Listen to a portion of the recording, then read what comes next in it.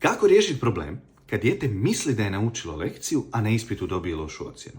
A ako me ne znaš, ja sam Dino Benedetti i u zadnje 4 godine pomogao sam skoro 4000 djece da uče brže i bolje uz pomoć znanstveno dokazanih metoda koje nas, nažalost, ne uče u školama.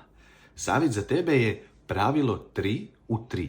Ovaj problem jako često čujem, ali dobra vijest da se relativno lako riješi. Do problema, do toga da dijete doma misli da zna, a na ispitu dobije lošu ocjenu, do toga dolazi jer dijete ne zna kad je lekcija zapravo naučena. Ili pogrešno vjeruje da zna, a onda se iznenadi na ispitu. Nešto što pomaže djeci u mom klubu super učenja je pravilo 3 u 3. Šta to znači? Kaže da je nova lekcija naučena tek kad se uspješno ispitamo 3 puta u 3 različita dana. Dok nije tako, znači da nismo naučili lekciju i da dijete treba nastaviti s učenjem. Jednostavno, zar ne? Uspješno učenje i je jednostavno, samo se trebaju znati pravi koraci. Ima puno tih malih, bitnih, ali jednostavnih stvari. Ako želiš da te korake nauči tvoje dijete, pa zaprati.